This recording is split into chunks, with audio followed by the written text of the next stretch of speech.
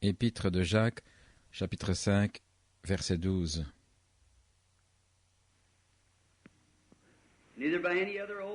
Ni par aucun autre serment, mais que votre oui soit oui et que votre non soit non, afin que vous ne tombiez pas sous le jugement. Quelqu'un parmi vous est-il dans la souffrance, qu'il prie? Est-il dans la joie, qu'il chante des cantiques? Si quelqu'un est malade parmi vous, qu'il appelle les anciens de l'Église, et que ceux-ci prient pour lui, en loignant d'huile au nom du Seigneur. Et la prière de la foi sauvera le malade, et le Seigneur le relèvera, et s'il a commis des péchés, ils lui seront pardonnés. Confessez donc vos péchés les uns aux autres et priez les uns pour les autres, afin que vous soyez guéris. Car la prière agissante du juste a une grande efficacité. Élie était un homme soumis aux mêmes passions que nous.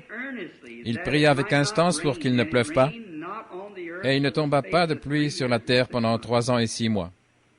Et il pria de nouveau, et le ciel donna de la pluie, et la terre produisit son fruit. Mes frères, si quelqu'un parmi vous s'est égaré loin de la vérité, et qu'un autre l'y ramène, sachez que celui qui ramène un pécheur de la voie où il s'était égaré sauvera une âme de la mort et couvrira une multitude de péchés.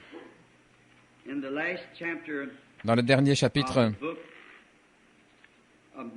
du livre de Marc, au chapitre 16, au dernier verset du chapitre 16 dans Saint Marc,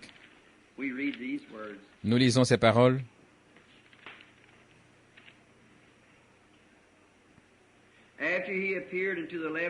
Ensuite, il apparut aux 11 qui étaient à table, et il leur reprocha leur incrédulité et leur dureté de cœur, parce qu'ils n'avaient pas cru qu'il était ressuscité des morts. Et il leur dit, allez par tout le monde et prêchez l'Évangile à toute créature. Celui qui croira et sera baptisé sera sauvé, mais celui qui ne croit pas sera condamné. Et ces signes accompagneront ceux qui auront cru. En mon nom, ils chasseront les démons. Ils parleront de nouvelles langues. Ils prendront des serpents, et s'ils boivent un breuvage mortel, cela ne leur fera aucun mal. Ils imposeront les mains aux malades, et ils seront guéris. La prière de la foi sauvera le malade. Alors que nous courbons la tête dans la prière, tous ensemble, chacun à notre manière, prions la prière de la foi pour ces personnes malades ce matin. Ensuite, je désire leur imposer les mains avec les anciens. Et nous ferons exactement ce que la parole dit, et c'est là où je m'en vais directement dans mon message. Prions. Notre Père céleste, alors que nous t'apportons ce chant, la mélodie de croix seulement, cela t'exprime notre sentiment envers ta parole. Et comme les malades ont été oints selon ta parole, nous allons maintenant prier cette prière de la foi au mieux de notre connaissance pour obéir à tes commandements, et nous réalisons même dans notre faiblesse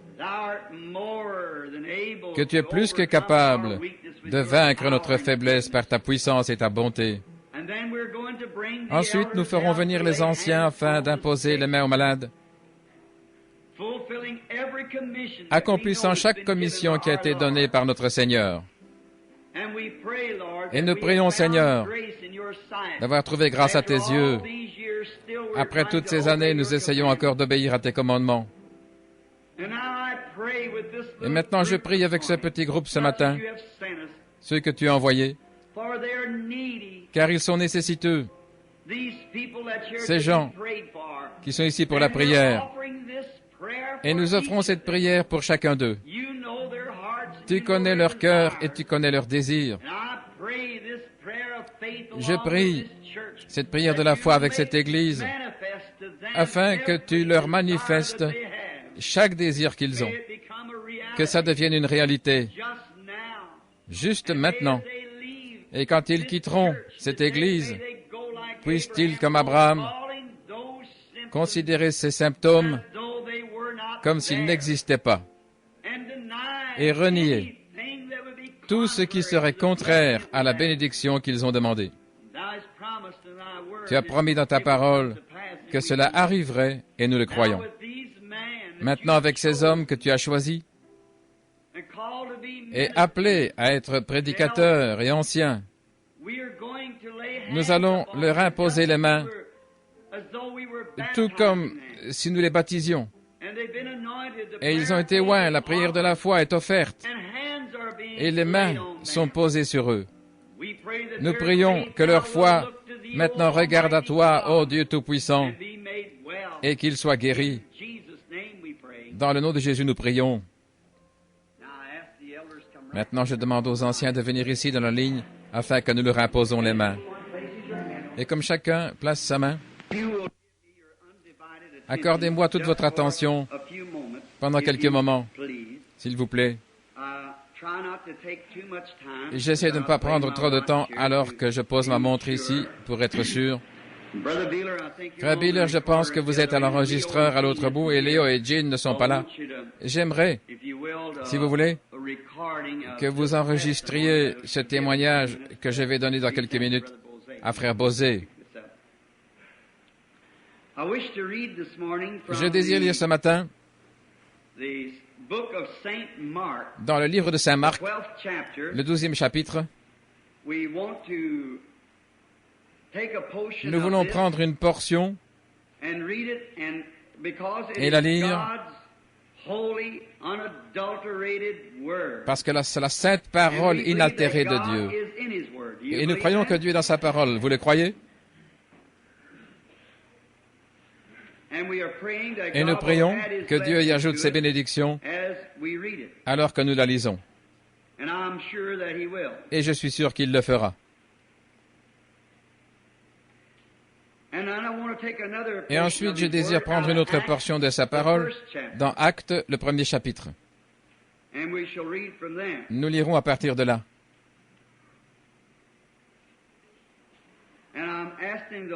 Et je demande au Seigneur s'il veut bien ajouter la bénédiction à la lecture de sa parole. J'étais en train de regarder ici, j'avais un signet ici dans ma Bible, là où je voulais commencer à lire, mais je ne pense pas le trouver juste maintenant.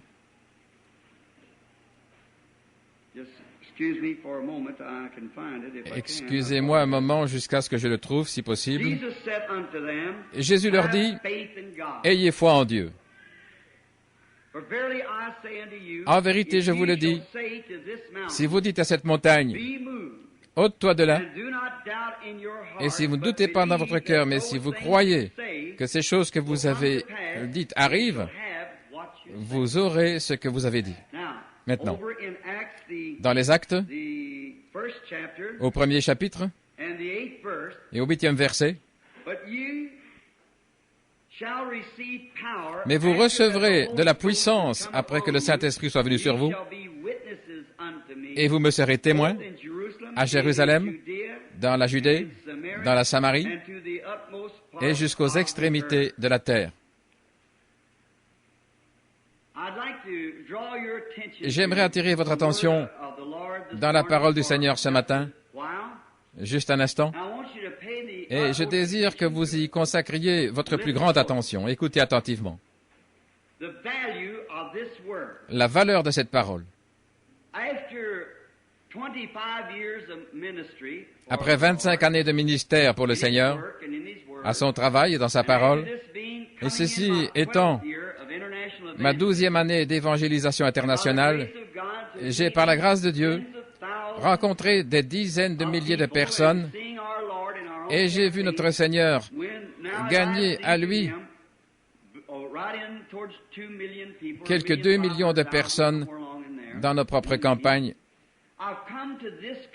Et je suis arrivé à cette conclusion, après tous nos efforts et ainsi de suite, il est impossible que Dieu fasse quoi que ce soit pour les gens avant que les gens n'établissent premièrement si c'est la vérité ou pas. Vous ne le pouvez simplement pas. Peu importe, j'ai vu de grands chefs-d'œuvre de notre Seigneur dans la parole qui pouvaient expliquer la parole mieux que quiconque que j'ai jamais vu Et cependant, il ne pouvait pas transmettre le programme. Et j'ai à ma pensée ce matin une certaine personne. Je pense que c'est l'un des meilleurs programmes radio sur les ondes. Mais d'une manière ou l'autre, cet homme n'arrivait pas à faire passer son programme. C'est le docteur Wyatt, un véritable docteur. Mais il y a quelque chose qui ne va pas. Je ne sais pas où c'est. Il a la vision, il a l'idée, il a la capacité, mais il ne peut simplement pas arriver à faire avancer le programme d'une manière ou l'autre. Le programme qu'il a est strictement sur la parole, et il devrait conduire le monde sur les genoux.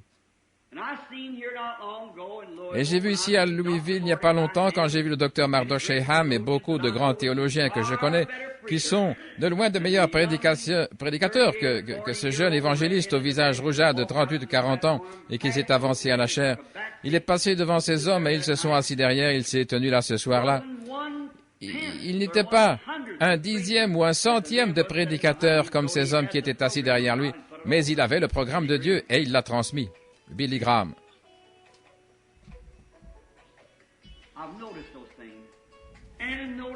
J'ai remarqué ces choses.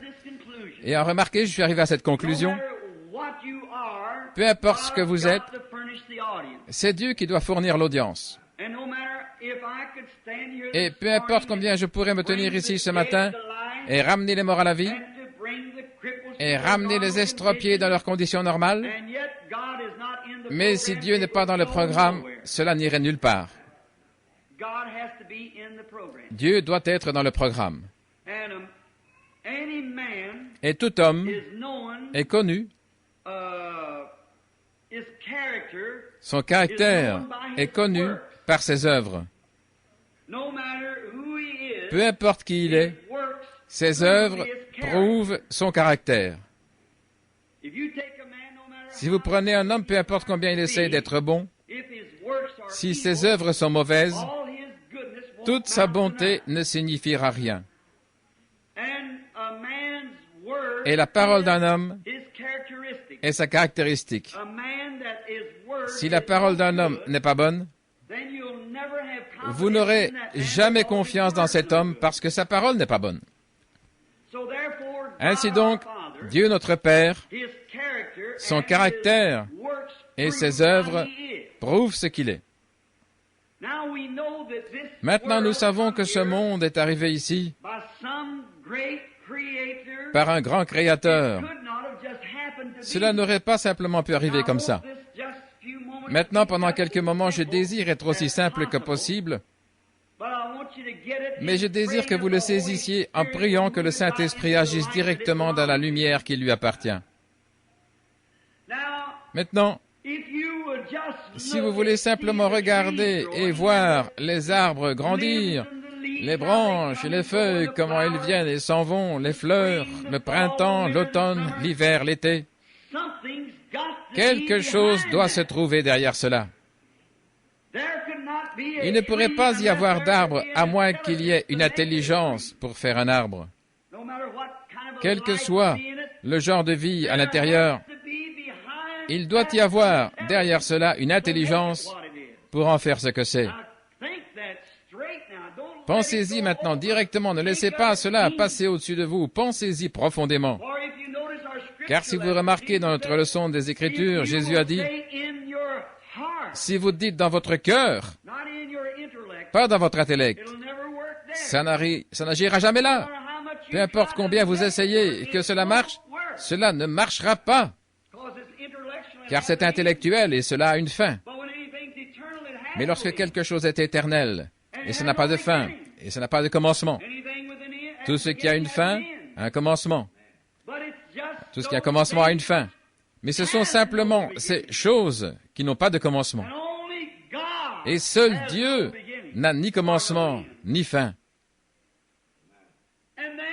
Et alors, pour avoir ces choses qui ont un commencement, il devait y avoir quelque chose sans commencement pour commencer le commencement.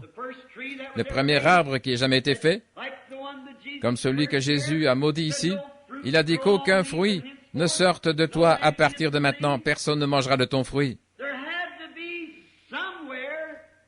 Il devait être quelque part. Cet arbre devait avoir un commencement. Et il a eu une fin. Lorsque les paroles sont sorties des lèvres de celui qui l'a donné au commencement, cela l'a amené à sa fin. Ainsi, vous voyez combien ces paroles sont éternelles. Mais nous venons juste d'accepter la parole sur la base intellectuelle. Et nous avons vu tant d'échecs complets que cela a amené les gens à un endroit où ils ne savent pratiquement plus ce qu'il faut croire. Ils ont un tas de boue pendant, des points en suspens dans leur religion. Ils courent ça et là, et ça les amène au bout de l'impasse, et ils reviennent en rampant. De grands mouvements commencent et ils courent comme les méthodistes, les baptistes et les pentecôtistes et tout ceci. Et la première chose que vous voyez, ils ont une petite idée psychique et ils courent jusqu'au bout de cette branche et ils passent un grand moment. Mais tout de suite, ils se retrouvent au bout du chemin.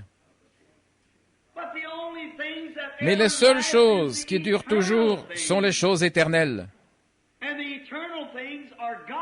Et les choses éternelles sont Dieu.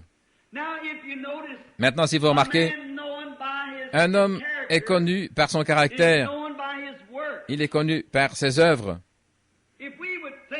Si nous voulions penser combien Dieu montre son caractère par ses œuvres, il a son propre caractère et il a fait ses œuvres.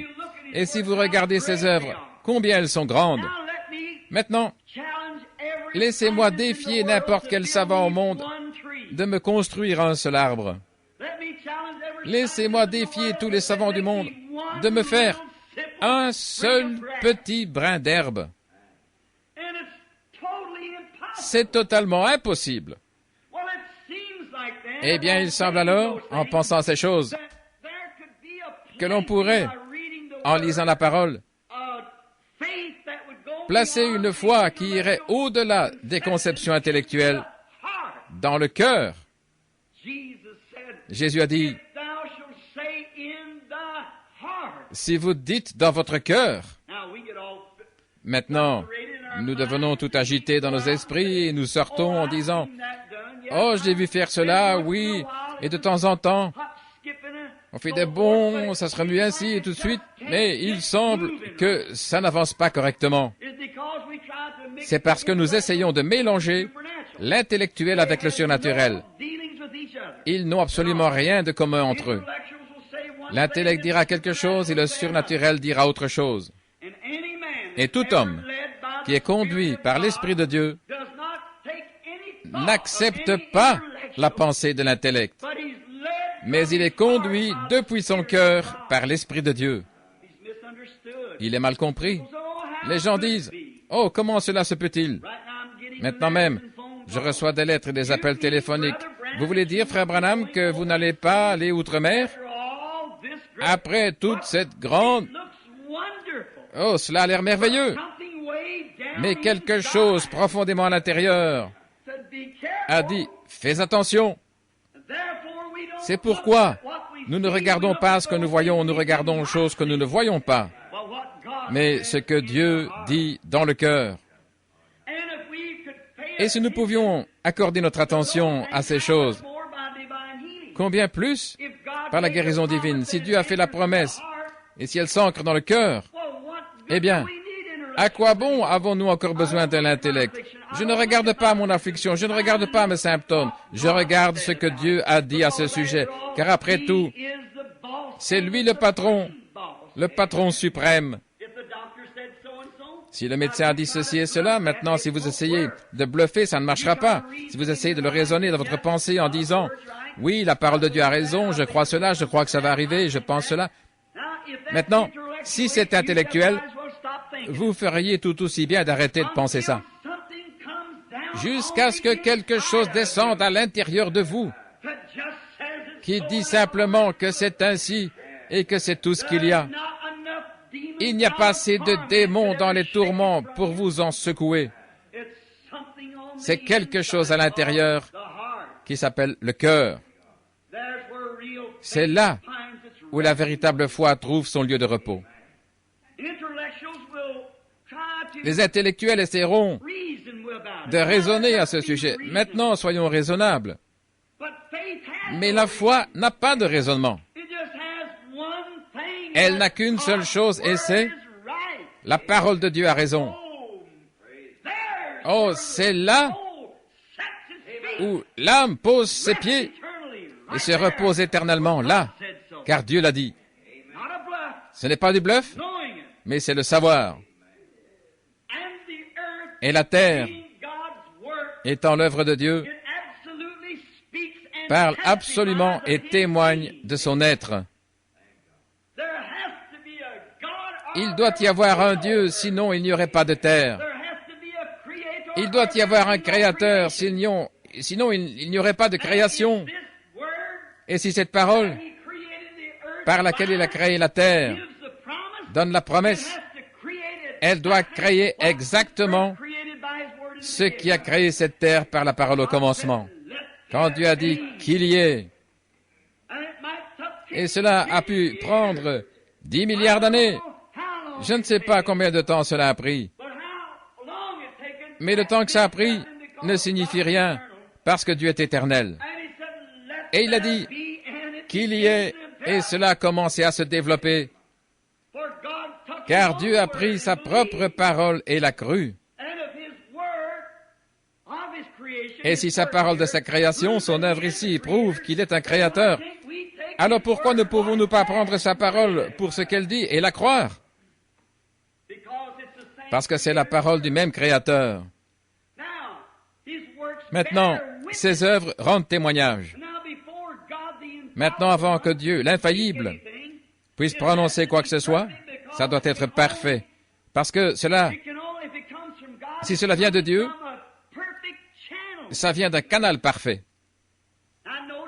Maintenant, remarquez ceci. Tous les peuples, tous les hommes sont connus par leurs œuvres. Quand le grand pont municipal a été construit à Sydney, en Australie, ils sont allés chercher des constructeurs de ponts partout dans le monde, des architectes, pour relier la péninsule de Sydney, en Australie, à Sydney Sud. Les architectes, et tous sont venus, ont creusé le sol et l'ont testé. Et tous sont arrivés à cette conclusion: on ne peut pas le faire. Il disait que toute la baie n'est que du sable mouvant. Le sol n'est pas assez ferme. Cela va glisser. C'est pourquoi, si on construisait le pont, ce serait dangereux d'essayer de le traverser. Et finalement, il y eut un homme qui était un homme de vision, un constructeur de ponts en Angleterre. Il est venu et il a regardé le sable. Il l'a surveillé. Il a testé le sol. Il a sondé l'eau. Il a premièrement tout examiné. Oh, j'aime ça. Il a premièrement tout examiné. Jésus a dit, un homme qui achète un terrain ou qui va construire ou rencontrer une armée, il s'assied premièrement et calcule le coût. Chacun de vous ici à l'hôtel ce matin, si vous vouliez vous asseoir à votre place avant de venir pour l'onction et calculer ce que ça signifie, ce ne serait pas simplement avancer par hasard dans une ligne de prière. Ce serait avancer là, avec une conviction ferme, une confiance que Dieu l'a promis et que Dieu est capable de garder sa parole. Ainsi, cet homme a testé le sol. Il a testé chaque couche de terrain où il y avait du sable mouvant. Et finalement, il est allé vers les autorités. Il a dit, « Je vais construire le pont et il sera sûr. » Les constructeurs de ponts d'Amérique et de différentes parties du monde n'ont fait que rire et ont dit, « Cet homme est un malade mental. Personne ne peut placer un pont là. » Il disait, « Même si un poulet traversait le pont qui serait construit là, il s'écroulerait. » le pont ne pourrait pas le supporter. Les vibrations même d'un chien qui courait sur le pont feraient vibrer le pont, disent-ils, cela remuerait le sable et le pont s'effondrerait. On ne peut pas le faire. Mais cet homme était un homme de vision. Et il savait ce dont il parlait. Car quelque chose au fond de lui disait qu'il pouvait le faire. Oh Dieu, donne-nous des hommes comme cela dans l'Église. Maintenant, du point de vue de la recherche scientifique, cela n'aurait pas pu être fait. La science avait prouvé que cela ne pouvait pas se faire, mais cet homme avait une vision qu'il pouvait le faire. Alors il a signé le contrat. Il s'est mis rapidement à l'œuvre. Il est allé tester le sol. Il est allé tester et sonder la profondeur des sables mouvants. Il a testé chaque écrou. Il a testé chaque morceau de bois, chaque pièce métallique, chaque béton. Tout devait être testé parfaitement. Parce que son grand nom, son caractère et sa compétence reposaient sur le fait que ce pont tienne ou pas. Et si un homme de cette terre, par une vision, a dû s'assurer que tout soit parfaitement testé avant qu'il ne l'investisse dans un pont à cause de son caractère, à cause de son nom, combien plus notre Père Céleste béni a-t-il testé chaque parole qui ait jamais été prononcée ou écrite dans la Bible? Il a testé chaque parole, chaque prophète. Et tout fils qui vient à Dieu doit premièrement être éprouvé. Les matériaux qui entrent dans ce grand chemin, chaque roc, chaque matériau, avant qu'il ne soit placé dans le corps de Christ, doit être éprouvé, châtié. Tout fils qui vient à Dieu doit premièrement être éprouvé. Il n'y a pas d'exception. Chacun d'eux, chaque prophète, avant qu'il ne puisse écrire dans cette Bible, a été testé par le Saint-Esprit. Tout comme le constructeur de pont, je suis désolé, j'ai oublié son nom, je le connaissais, j'ai lu l'article il y a quelques jours. Comme il avait tout testé, il a eu les meilleurs mécaniciens qu'il pouvait trouver, les meilleurs spécialistes en béton, il a eu les meilleurs qu'il puisse trouver pour assembler le meilleur de ce qu'il avait. Oh, mon âme s'écrie, Alléluia à Dieu, quand je pense que Dieu a mis dans son Église le meilleur qu'il ait pu trouver. Dieu prend ses enfants et les éprouve par un test à tout casser. Ensuite, il les place dans le corps de Christ, car ils ont été testés. Ils croient. Ils sont passés au travers des épreuves. Ils ont l'expérience. Ils sont ses témoins. Ils savent de quoi ils parlent. Ce n'est pas juste une conception intellectuelle, mais ils sont nés de nouveau du précieux Saint-Esprit et ils sont éprouvés par le temps et testés au point où leurs âmes sont dirigées comme du silex vers le calvaire. Oui, ils sont testés par le temps. Ils sont témoins de sa puissance. Et c'est ainsi que Dieu construit un pont de la terre à la gloire, afin que l'homme fatigué du combat puisse venir sur ce chemin et s'asseoir sous l'arbre, dans la fraîcheur du soir, par des matériaux testés par le temps, ceux qui prennent Dieu à sa parole. Quels que soient les symptômes, les circonstances, ce n'est pas un obstacle. Dieu a des matériaux testés par le temps comme témoins, et il le place. Et ce grand constructeur de ponts, quand finalement les architectes se tenaient sur les côtés et disaient au constructeur, beaucoup de critiques, ça ne tiendra jamais. Ils ont dit de même, l'Église ne se lèvera jamais.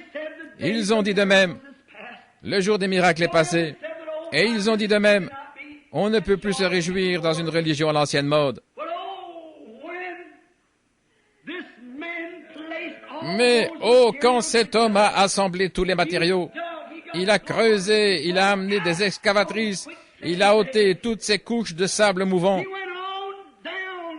Il a creusé profond, profond, profond, à des centaines de pieds sous les eaux, jusqu'à ce qu'il ait fait disparaître ces sables mouvants, jusqu'à ce qu'il puisse ancrer son béton sur le roc au fond de la mer. Oh, ça a coûté cher, oui. Et tout ce qui vaut la peine a un prix. Quel grand salut, quel grand prix. Mais il est finalement arrivé en dessous des sables mouvants. Et Dieu a pris des chrétiens et les a éprouvés. Il a dû les raboter, jusqu'à ce que finalement il arrive l'un de ces jours à ce roc solide. Un homme qui a simplement une petite expérience faiblard de serrer la main, de se joindre à l'église et d'être aspergé quelquefois au baptisé. Et il ôte tous les sables mouvants jusqu'à ce qu'il soit ancré sur le roc, Christ Jésus. Tous les démons des tourments ne peuvent plus l'ébranler. Le constructeur de pont savait ce qu'il faisait. Et quand il fut finalement terminé, l'un d'eux a dit, « Ça ne tiendra pas. Ce sera dangereux de traverser. » Il a rassemblé un groupe d'ingénieurs et il a installé une voie ferrée. Et ce jour-là, quand ils sont passés de Sydney Sud à Sydney Nord, en franchissant le pont, il a fait venir 8 gros trains chargés. Et il a fait s'installer le maire de la ville dans une voiture et s'est avancé devant en marchant avec un drapeau. Et alors que la grande armée et les 8 grands locomotives chargées se sont avancées sur le pont, avec le constructeur marchant en première ligne devant, il ne bougea pas le moins du monde. Et Jésus-Christ, le Fils de Dieu, qui est l'architecte de l'Église, est venu sur cette terre et a posé la fondation. Quand il a rencontré le diable, il a été testé par la parole de Dieu et il a dit, « Il est écrit, l'homme ne vivra pas de pain seulement. » Quand il l'emmena sur le sommet du temple, il a dit, « Il est écrit. » Vous voyez les matériaux qu'il était en train de mettre dans son église? Il l'a emmené sur la montagne et lui a montré tous les grands programmes qu'il pouvait avoir et il a dit, « Il est écrit. » Toute la parole de Dieu a été testée par le temps. Et il est le grand capitaine qui marche devant nous, avec son propre vêtement sanglanté qui est agité par le sang rédempteur de l'amour de Jésus-Christ, qui a racheté une église par le Saint-Esprit, qui a testé chaque écrou et chaque personne qui ait jamais été ancrée dans cette grande église. Ce sont des matériaux testés par le temps qui font cela. Et alors qu'il marche de l'avant, avec le grand régime derrière lui, l'Église née de nouveau du Dieu vivant, elle n'est pas ébranlée, parce que nous avons reçu un royaume qui ne peut pas être ébranlé. Il est ancré dans le solide roc de Christ Jésus, étant la maîtresse pierre de coin. Et il marche devant nous avec son propre vêtement sanglanté, frayant le chemin. C'est le signe de la rédemption. Des témoins. Vous serez mes témoins, à la fois à Jérusalem et en Judée, et en Samarie. Son Église se tient debout comme étant son témoin. Maintenant, ce matin, j'aimerais dire ceci et vous laisser avec ceci. Nous sommes ses témoins après avoir reçu le Saint-Esprit. Car vous ne pouvez témoigner que d'une seule chose, c'est quand vous savez que c'est la vérité. Ce gars pouvait témoigner après avoir fait disparaître tous les sables mouvants et trouvé le roc solide sur le sein de la terre. Il était un témoin que cela tiendrait. Il a mis le compteur Gégère et toutes ces machines sur ces grands morceaux de matériaux et il les a tous testés. Il était un témoin qu'il tiendrait, car il l'avait vu mettre sous tension et il avait tenu bon. Et nous qui sommes nés de nouveau du Saint-Esprit, qui avons été remplis de la puissance de Dieu, qui avons goûté la vie éternelle du Dieu éternel et qui demeure en nous, nous sommes témoins de sa bonté et de sa parole et de sa puissance. Ce n'est plus une devinette, c'est je le sais, par expérience. Noé, quand il construisit l'arche, il rendit témoignage au monde injuste qu'il y avait un Dieu juste. Bien que cela ait semblé fou quand elle fut construite, mais il s'est avéré être le seul bateau capable de flotter dans la tempête. Et alors qu'elle était en train d'être érigée, cette arche, il a condamné le monde injuste et justifié ceux qui ont cru en elle. Comme Dieu fait parfois des choses ridicules aux yeux des hommes. Avez-vous déjà pensé au genre de bois que Noé a utilisé pour construire ce bateau? C'était du bois de Sittim. Et c'est le bois le plus tendre qu'on puisse trouver. C'est tout comme du balsa. Si vous le jetiez dans le lac là, il coulerait en 5 minutes. C'est du bois de balsa ou du bois de Sittim, traversé par des trous. N'est-ce pas quelque chose d'étrange qu'une arche, devant subir le test d'une grande destruction antédiluvienne, soit faite de bois tendre? Eh bien, elle était utilisable. Et parfois, quand nous devenons si durs et guindés dans nos manières, Dieu ne peut pas nous utiliser. Mais voici la raison pour laquelle il l'a fait. Avez-vous remarqué? Après l'avoir faite, alors il a fait bouillir du goudron, de la résine, provenant d'autres arbres. Qu'est-ce que ça signifie? Quand il a assemblé l'arche, elle était composée de ce bois tendre, vraiment léger. Vous pouviez le soulever très facilement, il était si léger, malléable. Et ensuite, il a bâti un autre arbre qui était un pin. Et ils l'ont battu à la manière qu'ils avaient. Ils le battaient, le rebattaient pour en extraire la résine. Et alors, il prenait la résine et la versait sur ce bois léger. Et les petits trous qui étaient dans ce bois se remplissaient de résine et cela le rendait plus dur que l'acier. Et Dieu a pris son Église, ceux qui se sont vidés eux-mêmes et qui étaient malléables dans les mains de Dieu. Dieu a abattu son propre Fils et en a pris la vie par des coups et des blessures, et il l'a déversé dans le croyant, et il devient cimenté, prêt pour le jugement. C'est la seule chose qui supportera le jugement. C'est passer au-dessus des jugements. Elle les a traversés. L'eau était le jugement. Et elle a traversé le jugement. C'était le témoin que Dieu savait ce qu'il faisait. Noé avait suivi la parole de Dieu pleinement. On pourrait dire beaucoup de choses. Daniel fut un témoin qu'il y avait un ange dans les cieux ou un Dieu dans le ciel qui connaissait les secrets du cœur, car il a envoyé son ange et a délivré Daniel. Beaucoup d'autres furent des témoins. Quand Jésus est mort sur la croix, les cieux rendirent témoignage. Voilà le matériau. Voilà la chose. Si vous remarquez, toute la création en a rendu témoignage. Juste au milieu du jour, alors que Dieu avait prophétisé lorsque le sabbat cesserait, il a dit, « Ce sera un moment où le soleil descendra au milieu de la journée. Et de la 6e à la 9e heure, il y eut des ténèbres. » Quand était-ce? Le soleil. Maintenant, les ténèbres, ça ne veut pas dire qu'il y avait un peu de lumière. Les ténèbres, c'est le noir absolu, sombre, comme ce fut le cas en Égypte, au point où on pouvait le sentir. Pas un seul rayon de lumière.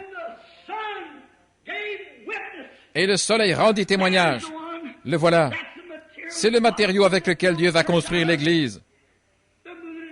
La lune et les étoiles rendirent témoignage. Quand il est mort, les cieux rendirent témoignage. La terre eut une convulsion. Les rochers se déchirèrent. La terre rendit témoignage. Et les saints qui dormaient dans la terre, la poussière de la terre, ressuscitèrent et rendirent témoignage. Alors que les gens étaient en train de se moquer à la Pentecôte, Pierre se leva et rendit témoignage par la même vie qui était sortie de lui sous les coups au calvaire. Elle avait été déversée en Pierre sous la forme du Saint-Esprit et il s'est tenu là comme témoin.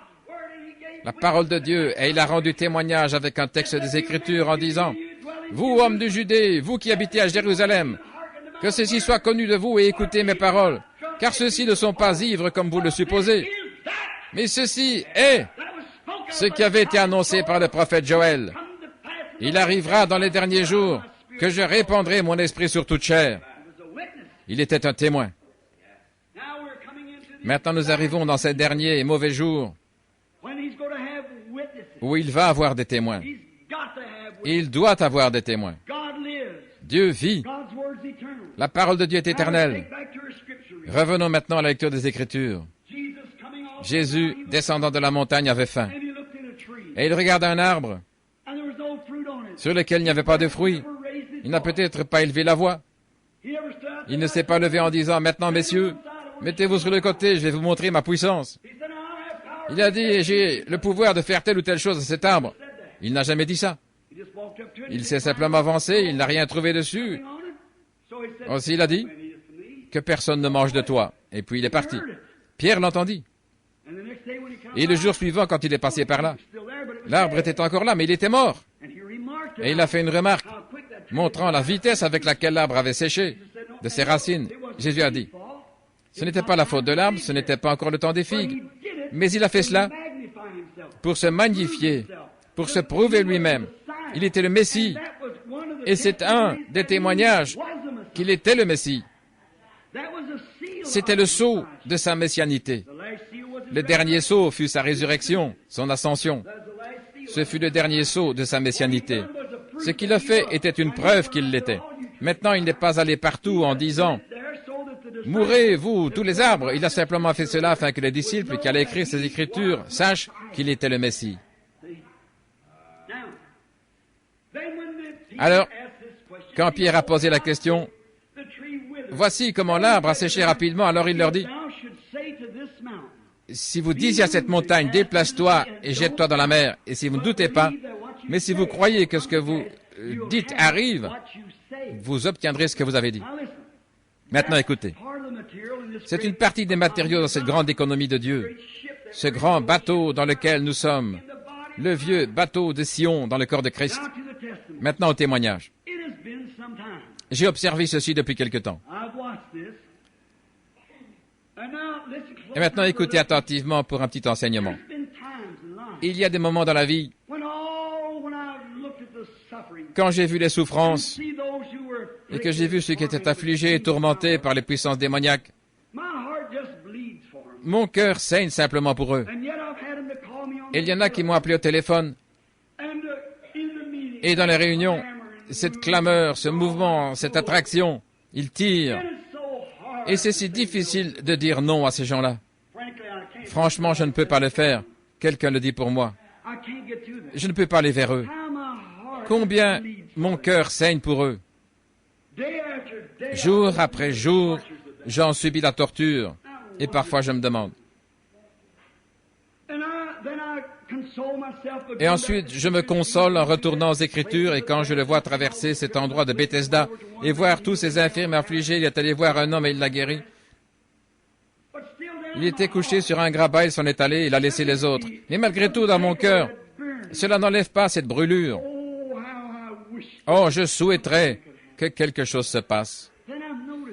Alors j'ai remarqué, là-bas à Portland, dans l'Oregon, lorsque ce maniaque a couru vers la plateforme ce soir-là pour me tuer, je me souviens que quelque chose est arrivé là. Et ce n'était pas du tout dans l'intellect, non. Intellectuellement, je me serais enfoui comme le reste des prédicateurs. Mais je ne me suis pas enfoui. Il y avait quelque chose. Dieu était sur le point de manifester sa puissance. Un jour, il a dit, restez tranquille et sachez que je suis Dieu. Si l'Église pouvait seulement rester tranquille assez longtemps, Dieu fait un petit quelque chose, ils sont tous excités et courent partout. En faisant cela, vous voyez, ils sortent de la volonté de Dieu. Restez tranquille. Un jour, il allait montrer sa puissance à la mer Rouge. Il a dit, mer Rouge, reste tranquille. Et il a fait traverser ses enfants. Que se serait-il passé s'ils étaient retournés et qu'ils aient dit, faisons-le encore, Seigneur? Ça ne serait pas arrivé, certainement pas. Un jour, il avait besoin d'un peu de temps pour mener une bataille. Dieu a simplement fait s'arrêter le soleil là-bas pour observer ce qu'il allait faire. Oui, maintenant, toi, soleil, arrête-toi là-bas quelques minutes. Je vais te montrer quelque chose. Que se serait-il passé si Josué, le jour suivant, avait dit, Soleil, arrête-toi? Il ne l'aurait pas fait. Dieu allait faire quelque chose. Il allait donner le témoignage de sa puissance. Il est le Tout-Puissant. Et il en a rendu témoignage. Un jour, un aveugle est sorti de Jéricho. Et alors que Jésus passait, l'aveugle s'est écrié, « Aie pitié de moi !» Et la Bible dit, et Jésus s'arrêta en disant, « Amenez-le ici. » Oh là là! Christ s'est arrêté car Dieu allait l'utiliser pour montrer sa puissance. Il aurait pu y avoir 100 autres aveugles sur la rue, je ne sais pas. Peut-être le prêtre a dit, « Viens ici une minute. Qui es-tu qui ressuscite les morts? Nous en avons un cimetière rempli, nous avons entendu que tu as ressuscité Lazare. » Mais Dieu était en train de confirmer sa messianité. C'est ce qu'il était en train de faire, certainement. Je me suis souvent demandé ce qui arrive.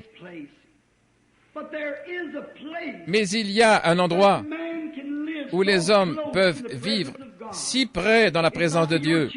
Ce n'est pas votre choix, c'est par l'élection de Dieu que vous vivez là, au point où votre propre intelligence n'y a plus rien à voir. En Afrique du Sud, j'ai été édifié par un groupe de sorciers.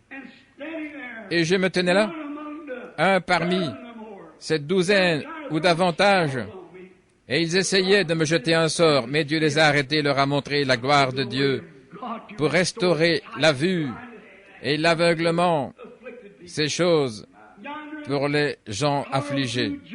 Là-bas, à Karlsruhe, en Allemagne, un après-midi, quand un spirit est venu, il voulait discuter avec moi à l'hôtel. Cet homme ne voulait pas les laisser entrer. Il dit, « Nous allons jeter un sort sur cette réunion cet après-midi et personne ne viendra. » Et il dit, « Nous allons le renverser avec une tempête. » Et le ciel était beau et clair. Mais quand nous sommes arrivés là et que nous avons commencé à chanter, une grande tempête s'est levée. Et il y avait 20 d'un côté, 20 de l'autre. Et ils étaient tous occupés avec leurs incantations, en train de couper leurs plumes avec leurs ciseaux et faire des choses comme cela et jeter des sorts. Et tout à coup, cette grande tente de 30 000 personnes commença à trembler et à être secouée, et le vent soufflait, et je prêchais, et quelque chose m'a dit, reste tranquille. Alléluia, je ne dis pas, excusez-moi, ça veut dire gloire à notre Dieu. Et Dieu a fait s'arrêter cette tempête, se retirer pour voir les louanges de Dieu, où environ 40 000 âmes ce jour-là et ce soir-là sont entrées dans le royaume de Dieu. Arrête-toi, c'est juste. Il rend témoignage. Là-bas en Suède ou en Suisse, eh bien je dirais ici, en Finlande l'autre jour, un petit garçon mort était allongé sur le bord de la route. Une auto l'avait renversé, avait écrasé son petit corps. Il était tellement brisé que son pied passait au travers de sa chaussette. La voiture l'avait renversé, avait roulé sur lui comme une carpette et l'avait projeté en l'air et jeté en travers de la route. Ses yeux étaient révulsés, sa bouche était ouverte, sa langue pendait et du sang sortait de ses oreilles. Mais 2 ans auparavant, Dieu en avait montré la vision. Et je m'étais avancé en marchant si stupidement et j'avais regardé l'enfant et je m'étais éloigné en pleurant. Et le Seigneur ou quelqu'un de surnaturel a mis ses mains sur mon épaule et a dit, « N'est-ce pas le garçon que je t'ai montré ?» Oh, quelle sensation! Le maire de la ville se trouvait là, le chef comme on l'appelle, et beaucoup se trouvaient là. Et Dieu les a fait se tenir tranquilles, afin qu'il puisse montrer sa grande puissance pour ressusciter les morts et les ramener à la vie. Restez tranquilles, croyez Dieu et soyez-en un témoin. Sa parole est éternelle. Il y a quelques jours, lorsque nous étions juste pour voir comment Dieu fait des choses si simples, et nous sommes tellement énervés, agités, que nous cherchons de grandes choses. Soyez satisfaits avec des petites choses. Observez-le quand il fait ses œuvres glorieuses. Comment il vous protège. Ne regardez pas bien au-dessus de quelque chose. Regardez ici en bas. Observez. J'ai commencé à penser à ceci, qu'il est possible que lorsqu'un homme, comme les apôtres, et quand vous pouvez vivre près de Dieu et que Dieu, par sa grâce, agit à travers vous, que plus vous recevez de Dieu, plus vous devenez saint, plus la vie éternelle entre, et plus cela repousse l'intellectuel. Maintenant, je ne veux pas être fanatique, je veux dire simplement, je veux être un vrai croyant, saint et profond. Pas un tas de ismes, mais un croyant véritablement solide, vrai, raisonnable, intelligent. Et maintenant, regardez. Je l'ai vu à l'œuvre. Et pensez que si vous entrez dans ce contact avec Dieu, cela arrive à un point où ce n'est plus votre voix, ce n'est plus votre pensée. Cela devient la pensée de Dieu et la voix de Dieu. Vous êtes juste un cep, un sarment. Il est le cep. Et c'est son esprit qui entre et donne l'énergie. Aussi longtemps que vous pouvez vous tenir hors du chemin, il le remplira. Et alors vous pourrez être un témoin. Tout comme l'arche de Noé était un témoin. Tout comme Jésus était un témoin de Dieu. Il est devenu tellement rempli de Dieu que lui et Dieu étaient un. Dieu habitait en Christ, réconciliant le monde avec lui-même. L'expression même,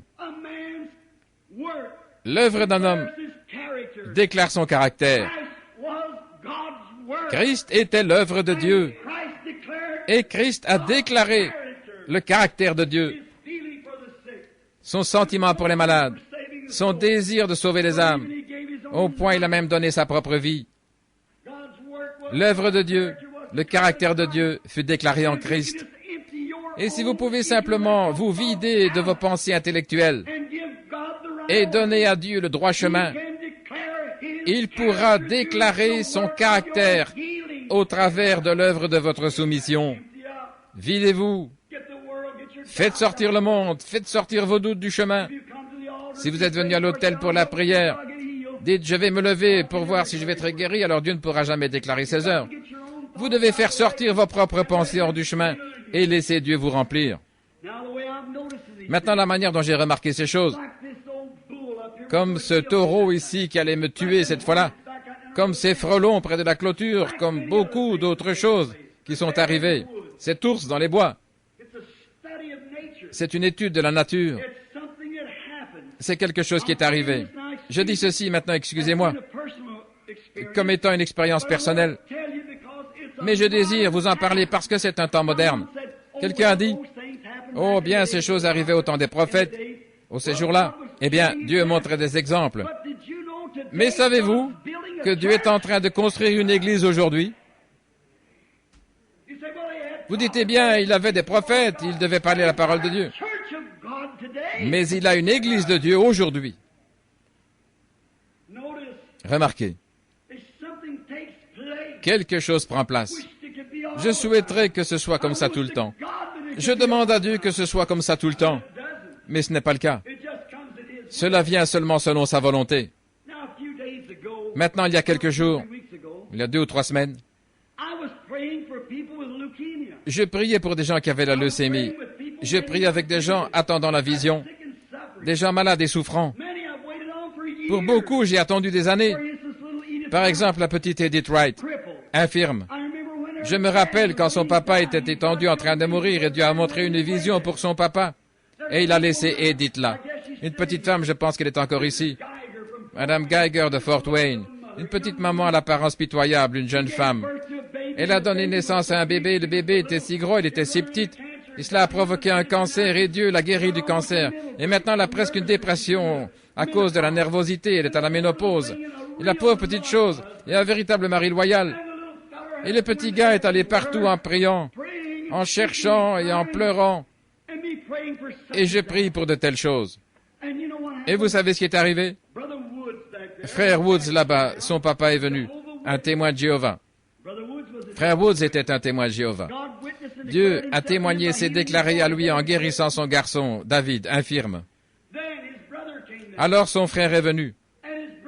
Et son frère vivait une vie immorale. Et là, le Saint-Esprit s'est retourné et l'a réprimandé. J'ai vu la femme avec laquelle il sortait. Il a abandonné sa vie et a laissé sortir de lui chaque démon ce jour-là. Et il marche en rue maintenant et il fait tout ce qu'il peut pour servir Dieu, en témoignant à son peuple. Alors son pauvre vieux papa, honnête comme il se peut, dans toutes ses affaires de fermier et ainsi de suite. Et quand son papa est venu, il voulait que j'aille à la pêche avec lui. Et nous sommes allés au lac. Sur la route, une vision survint ce matin-là. Et il a dit, tous les lacs que tu traverseras et tous les cours d'eau seront boueux. Pas de pêche.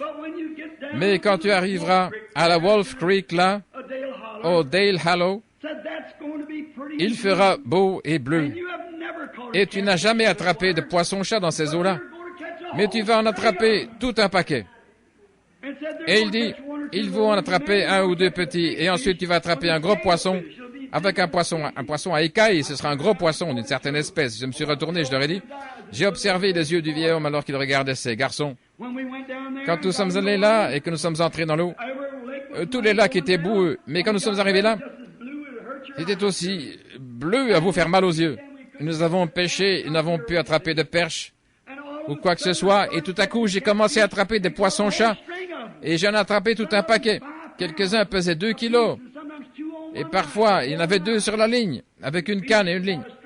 Nous avons pêché, nous avons attrapé tout un paquet. Et le matin suivant, je me suis retourné à la pêche et attrapé un gros poisson branchi bleu. C'est ce que nous appelons là, poisson lune au ventre rouge, le plus gros que j'ai jamais vu. Et alors, quand cet homme est venu vers moi, j'ai dit, Monsieur, la Bible dit, s'il y en a un parmi vous qui est spirituel ou prophète, et que ce qu'il dit arrive, alors écoutez-le. Et j'ai pris 4 prophéties remarquables du témoin de Jéhovah, et je lui ai montré qu'aucune d'elles n'était arrivée. Tout avait échoué.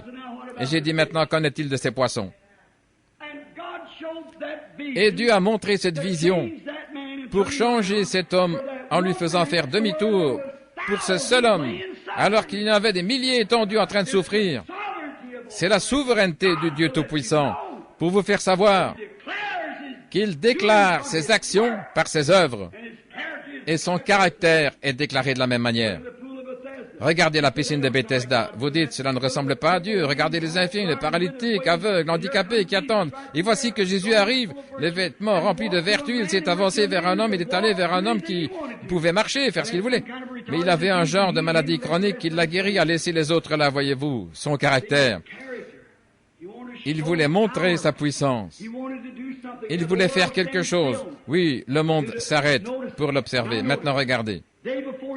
Avant-hier, le jour, lorsque nous sommes revenus, je suis revenu des réunions d'Indianapolis et je pensais que j'allais devoir rester un petit peu éloigné des gens jusqu'à ce que j'ai un peu de repos. Car j'ai 20 ou 30 entretiens privés et ces visions arrivent et j'étais pratiquement mort quand je suis rentré à la maison. Personne ne sait par quoi je passe. Personne. Il n'y a pas moyen de l'expliquer.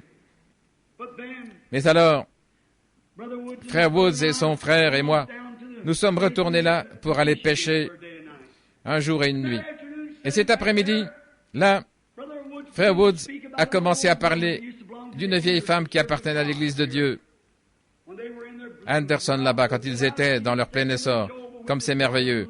Elle disait comment elle prenait ces petits témoins de Jéhovah et comme elle les aimait. Et frère Woods a dit à son frère, Lyle, ne serait-ce pas merveilleux si nous allions maintenant chez cette vieille sœur pour lui faire savoir que nous sommes sauvés? Maintenant, cette parole a trouvé la faveur de Dieu.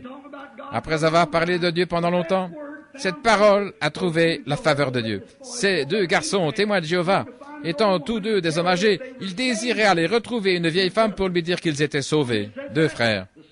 Quand ils eurent dit cela, l'Esprit de Dieu et sa souveraineté tombèrent sur moi. J'étais assis à l'arrière du bateau. Oh, si je pouvais avoir cette voix d'une manière ou l'autre et la faire pénétrer dans le cœur des gens. Je ne pouvais pas davantage me contrôler que vous ne pourriez aller sur la Lune. Rien que pour cette parole. Et j'ai dit, les garçons, quelque chose est sur le point d'arriver. C'est un petit animal. Il va être ramené à la vie est connectée avec cela. Et vous allez le voir tout de suite. Et je pensais, qu'est-ce que j'ai dit? Et j'ai commencé à penser à diverses choses. Qu'est-ce qui m'a fait dire ça? Ce n'était pas une vision. C'est juste quelque chose qui a parlé. Qu'était-ce? Ce n'était pas mon intelligence. Je n'aurais même pas pu penser à une telle chose. C'était profondément en dessous de cela. C'était dans le cœur que Dieu était entré. C'est lui qui parlait. Moi pas, je ne pensais même pas à une telle chose. Et il a parlé. Je crois que c'est là où Jésus a dit, si vous croyez dans votre cœur et que vous dites à cet arbre ou à cette montagne, et alors si vous ne doutez pas, mais si vous croyez que ce que vous dites arrive, alors vous aurez ce que vous avez dit. Voilà. Voilà ce point. Allez à cet endroit où ce quelque chose n'est pas vous-même. C'est quelque chose au-delà de votre raisonnement qui parle. Nous avons continué. En terminant, je dirais ceci. Frère Woods et les autres sont assis comme témoins. Ce soir-là, nous sommes partis et le Seigneur nous a donné une grande soirée de pêche. Personne n'avait pris de poisson là et nous avons pris 3 en quelques minutes. Et ces 3 poissons pesaient 10 kilos environ et nous avons juste attrapé un gros paquet de poissons. Et le matin suivant, nous sommes retournés et nous étions en train de mettre les appâts et pas de poissons. C'était terminé. J'ai dit, allons dans cette petite crique-là, nous reposer quelques minutes, et puis nous irons pêcher des bluegills, de petits poissons. Là. Nous sommes retournés pour aller pêcher le bluegill dans la petite crique avec notre bateau. Et chaque fois, nous nous arrêtions assez longtemps, le moteur s'arrêtait, et nous ne pêchions pas, nous parlions de Dieu. Et M. Lyle, il est allé voir sa sœur pour essayer de la faire sortir des témoins de Jéhovah, et il lui a dit qu'il écoutait des démons, que c'était des démons. Elle disait, Lyle, tu en connais davantage et toutes ces choses. Alors Lyle a attrapé un petit poisson, bluegill. Il a laissé le petit gars avaler le gros crochet. Il est entré directement dans l'estomac de ce petit poisson. Et quand il l'a attrapé, il ne pouvait pas le retirer. Alors il l'a juste pressé dans sa main, il l'a retourné, on a fait sortir les entrailles. Il devait retirer le crochet de sa bouche. Car s'il avait coupé le crochet, le poisson serait mort, il allait mourir de toute façon. Mais voici les paroles qu'il a dit. Oh, tu as certainement tiré ta dernière cartouche, mon petit gars. Et il l'a jeté à l'eau. Et il s'est retourné 3 ou 4 fois, il est descendu en faisant des ronds au travers des eaux bleues jusqu'à ce qu'il touche le fond. Il est resté là quelques minutes, ensuite il est remonté à la surface. Il a tressailli 3 ou 4 fois, ces petites nageoires là. Et environ 20 minutes, nous pêchions, il avait flotté là dans un endroit aride, là au milieu des saletés. Et quelqu'un a dit, ces petits poissons ont vraiment leur petit déjeuner où ils se régalent. Oui, c'est vrai. Et nous avons dit, oh, Dieu n'est-il pas merveilleux? Et frère Wood a dit, oh, c'est tellement merveilleux, frère Branham. Nous avons le privilège d'être ici avec vous. Oh, dis, je ne pensais pas cela, frère Wood. Ce n'est pas la sainte montagne. Ce n'est pas le lieu saint. C'est le Dieu saint. Pas un saint homme, mais un Dieu saint. Et alors que nous parlions, quelque chose vint sur moi. Et il a dit, je vais montrer ma puissance maintenant. Avant que je sache de quoi je parlais, cette écriture m'est venue à l'esprit. Quoi que tu dises, crois que cela va arriver dans ton cœur. Dis-le, et tu auras ce que tu dis. Cela m'inondait. Je pensais, qu'est-ce qui se passe? Lyle et Banks étaient assis là. Nous étions en train de pêcher. Le petit poisson mort était là depuis environ 20 minutes, tout recroquevillé, flottant sur le dos, ses petites entrailles pendant hors de sa bouche. Et je regardais ce petit poisson, et la pensée me vint. Il a dit aux pêcheurs, « Jetez votre filet de l'autre côté du bateau. » Il le prirent à sa parole. Pierre a dit, « Seigneur, nous avons pêché toute la nuit, nous n'avons rien pris. Néanmoins, à ta parole, nous jetterons le filet. » Vous y voilà, à ta parole. Quelque chose m'a dit, Dieu connaît ces poissons. Dieu connaît ce poisson, parle simplement et regarde ce qui arrive. Et j'ai dit, petit poisson, dans le nom de Jésus-Christ, reviens à la vie. Et Dieu, mon juge solennel, avec ces 2 hommes assis là, ce petit poisson s'est tourné sur le côté et est parti en nageant aussi vite que possible. Il vivait à nouveau. Parlez la parole. Le Dieu Tout-Puissant devant qui je me tiens et en présence de cette assemblée de cette Bible, c'est que c'est la vérité. Alors que des gens sont en train de mourir, Dieu a cependant montré sa puissance à ces témoins de Jéhovah. Il est la résurrection et la vie, et il n'y a rien qu'ils ne connaissent pas. Si tu parles et que tu crois que ce que tu dis arrivera, tu auras ce que tu as dit. Qu'était-ce? Dieu montrant sa puissance, pas moi. Je ne suis qu'un sarment. Il a donné l'énergie au sarment de telle manière que je ne pouvais pas m'empêcher d'exprimer ses voix. Comment aurais-je pu penser à un petit poisson mort étendu là?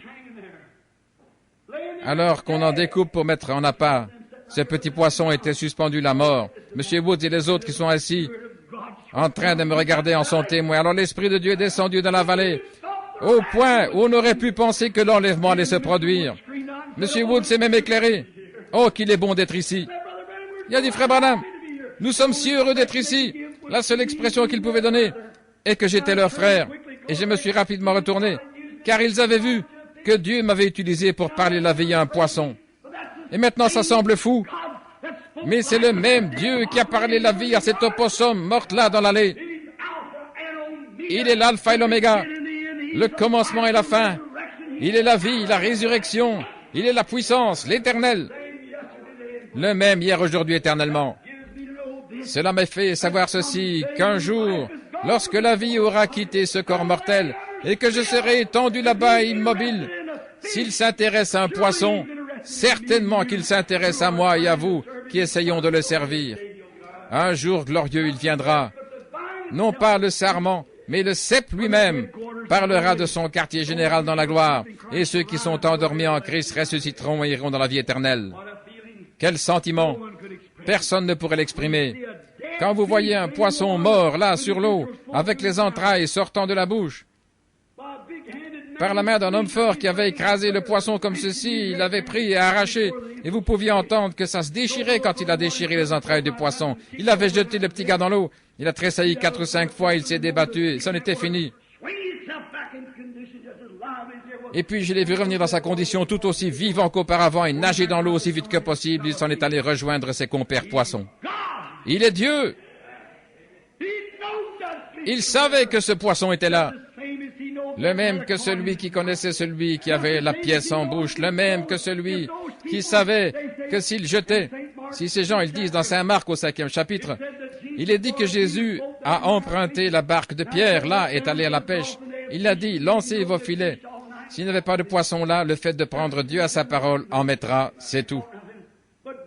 Alors le même Dieu avec le même caractère qu'il avait au commencement et le même Dieu avec le même caractère aujourd'hui.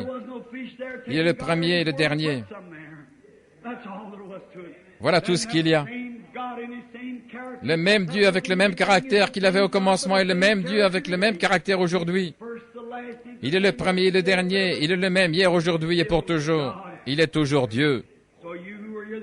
Alors vous qui êtes ici ce matin pour qui on prie, laissez-moi vous dire quelque chose. En voyant ces témoignages, et Dieu est témoin, si c'est la vérité ou pas, c'est juste.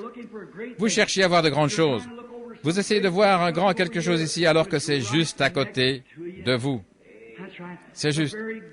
Le même Dieu qui a mis la fin dans votre âme pour que vous veniez pour la prière est le même Dieu qui a donné la vie à ce poisson. C'est le même Dieu qui a arrêté le taureau dans le champ. C'est le même Dieu qui a foudroyé ce maniaque là-bas en ma présence. C'est le même Dieu qui a préservé Daniel dans la fosse au lion. C'est le même Dieu qui a dit, jetez vos filets de l'autre côté et faites votre prise. Il est le même, hier, aujourd'hui et pour toujours. Ses œuvres ne peuvent faillir, son caractère ne peut faillir. Et ses œuvres déclarent son caractère. Ainsi, il est ressuscité aujourd'hui, il est au milieu de nous. Le même, hier, aujourd'hui et pour toujours. Et nous sommes les témoins de son caractère. Son caractère m'a changé. Lorsqu'il est venu à moi, j'étais un pécheur. Maintenant, je suis sauvé. Autrefois, j'étais perdu. Maintenant, je suis retrouvé. Autrefois, j'aimais les choses du monde. Je les déteste maintenant. Autrefois, je ne me souciais pas de Dieu. Je l'aime maintenant. Quelque chose m'est arrivé. Quelque chose vous est arrivé. Qu'est-ce? C'est l'œuvre de Dieu qui déclare son caractère. Il nous aime. Il est intéressé dans votre bien-être. Il s'intéresse à votre guérison. Il s'intéresse à votre âme. Ne voulez-vous pas le laisser faire son chemin dans votre vie? Ne doutez de lui en rien. Croyez en lui et Dieu vous donnera le désir de votre cœur, car c'est son bon plaisir de le faire. Il désire le faire. Mais la chose est que nous sommes tout perturbés. Restez tranquilles. Regardez-le et dites, « Oh Dieu, c'est moi. Peu importe qui prie pour moi, ceux qui prient pour moi. Il ne faut pas un Oral Roberts, un Billy Graham ou William Branham ou un A.A. Allen. Il faut Dieu. C'est juste. Il faut votre foi ancrée là-bas en Dieu. Dites, oh Dieu, c'est la vérité, et me voici seul, ici. Et gardez ceci jusqu'à ce que cela descende ici à l'intérieur, de votre tête à votre cœur, que ça devienne une réalité, alors cela marchera. Ça ne peut fonctionner que lorsque ça vient dans le cœur. Que le Seigneur vous bénisse alors que nous courbons la tête. Mettez votre désir dans votre cœur, placez-le devant Dieu maintenant même. Voulez-vous le faire alors que nous prions? Si c'est pour le salut, quoi que ce soit, placez-le devant Dieu maintenant même alors que nous prions.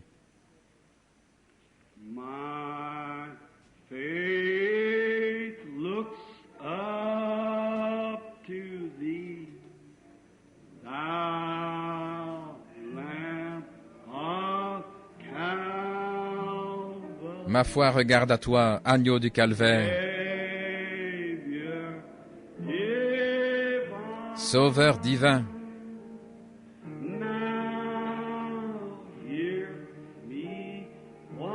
Maintenant, écoute-moi alors que je prie.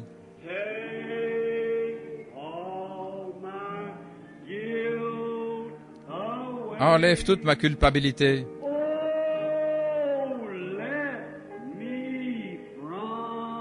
Oh, laisse-moi, dès aujourd'hui,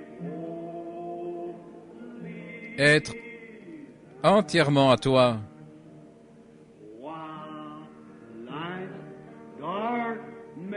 Quand je traverse les épreuves sombres de la vie, restez calme maintenant.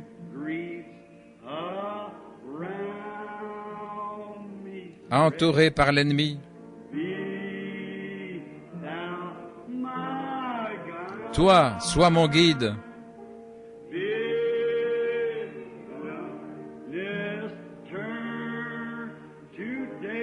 Que les ténèbres se changent en jour.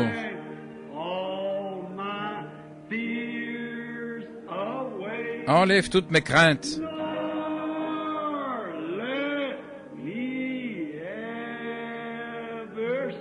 Ne me laisse jamais errer loin de toi.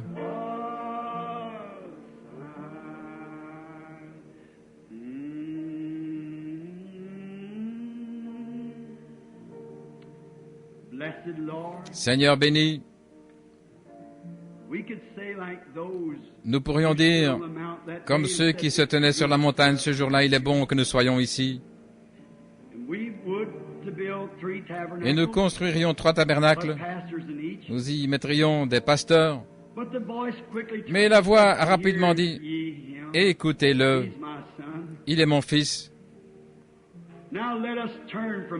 Maintenant, détournons-nous des pasteurs, des Moïse et Élie, et des grands hommes de la terre, bien que nous soyons reconnaissants pour eux tous. Mais tu nous as dit de l'écouter, lui. Et sa parole dit ceci, pas la parole du pasteur ni de l'évangéliste. Quelle que soit la chose que vous désirez, quand vous priez, croyez que vous la recevez, et vous la recevrez. Si vous dites à cette montagne, déplace-toi et jette-toi dans la mer, et que vous ne doutiez pas dans votre cœur, mais que vous croyez que ce que vous avez dit arrivera, vous aurez ce que vous avez dit.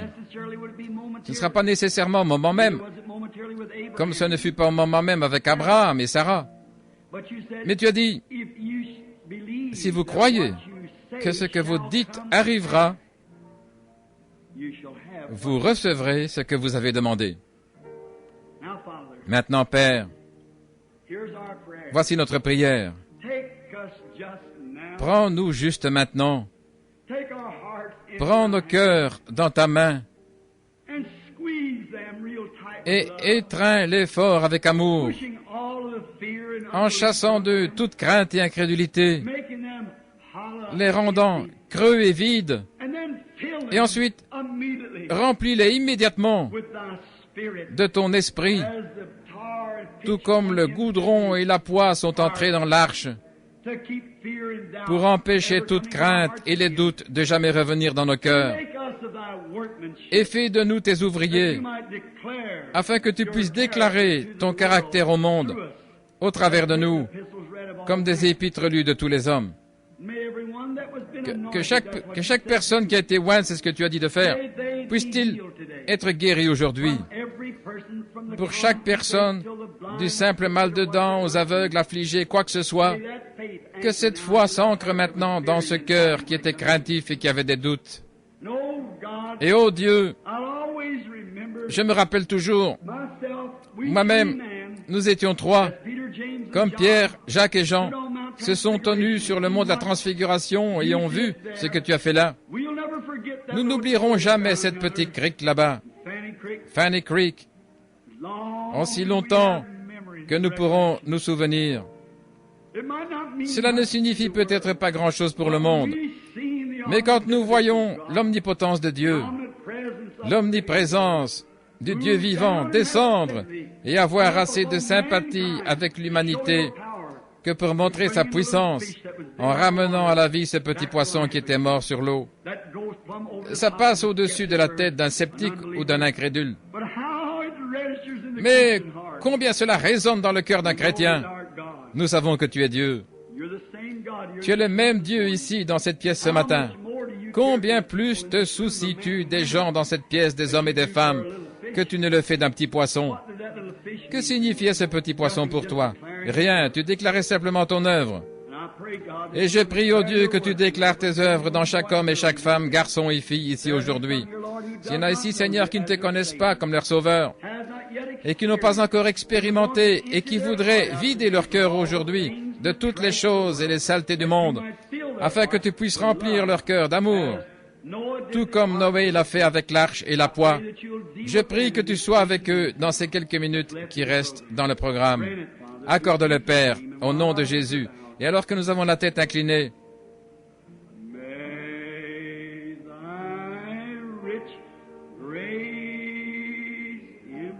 que ta riche grâce donne de la force à mon cœur faiblissant et qu'elle inspire mon zèle. Maintenant, si vous désirez que Christ, alors qu'il chante, si vous voulez vider votre cœur et que Dieu vous prenne juste comme vous êtes, voulez-vous lever la main vers lui? Dites, souvenez-vous de moi, que Dieu vous bénisse, monsieur, et vous, sœur, et vous, frère. Quelqu'un d'autre, ici à ma droite? Levez la main, que Dieu vous bénisse, sœur. Quelqu'un d'autre veut-il dire, je désire vider mon cœur, que Dieu vous bénisse, sœur, là-bas? Laisse-moi à partir d'aujourd'hui être entièrement à toi. Quelqu'un d'autre désire-t-il lever la main maintenant, juste avant la prière? Père Dieu, tu as vu chaque main. 7 ou 8, 10 mains se sont levées. Ils vident maintenant toute leur crainte et leur incrédulité. Ils te réclament maintenant comme leur tout suffisant, leur amoureux, leur sauveur, comme leur guérisseur. Ils désirent que tous les doutes et toutes les craintes soient ôtés d'eux. Je prie que tu l'accordes, Seigneur, par ta grande grâce. Que cela arrive juste aujourd'hui. Tu as pu parler la vie pour un poisson, parler la vie pour un petit garçon mort, parler la vie pour Elijah Perry coulé là, couché là, mort, les mains croisées, parler la vie pour un petit bébé mort là au Mexique, parler la vie là-bas à Lazare, après qu'il soit mort depuis 4 jours. Combien plus pouvons-nous prendre position aujourd'hui sur le roc de sa parole éternelle et regarder au-delà de cette ombre du doute à celui qui a dit « Je suis la résurrection et la vie ». Que la foi trouve son lieu de repos en lui maintenant, ce roc solide, Christ, et puisse-t-il recevoir tout ce qu'ils ont demandé. Écoute nos prières alors que nous prions dans le nom de Christ. Amen.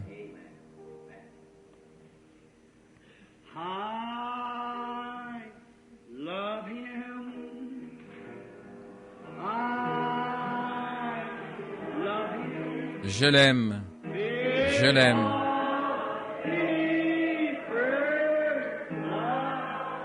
Car il m'a aimé le premier.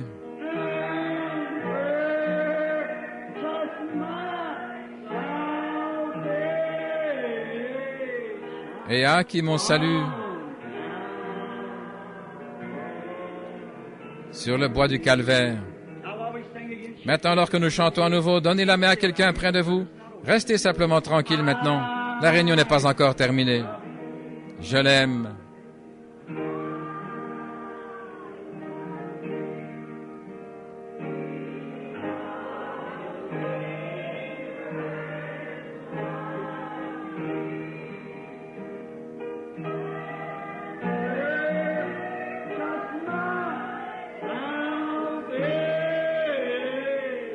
Il a acquis mon salut sur le bois du calvaire. Vous sentez-vous tout nettoyé? Vous sentez-vous mieux maintenant? Sentez-vous que la parole, c'est le sang purificateur du Seigneur Jésus qui va directement dans le cœur. Il nous